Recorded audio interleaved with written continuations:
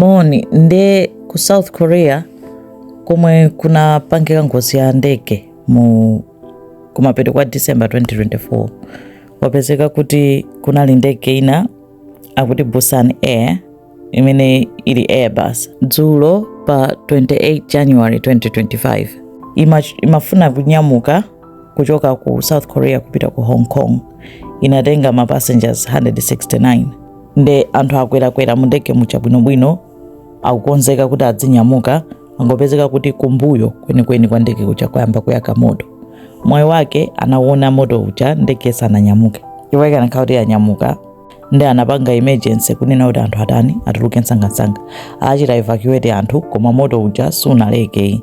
Moto uja unabuka unakolera kwambiri mpaka na ndege yatani ndege yapseratu. Of course anauzimisa mapeto ake. Ada anthu atatu avulala koma palibe amene watani, palibe amene wataya pomoyo.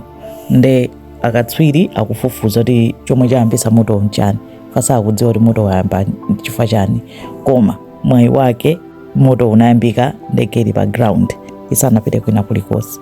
Akondeka update ka chabe ka zomwe zikuchitika ku South Korea. Zikomo kwambiri.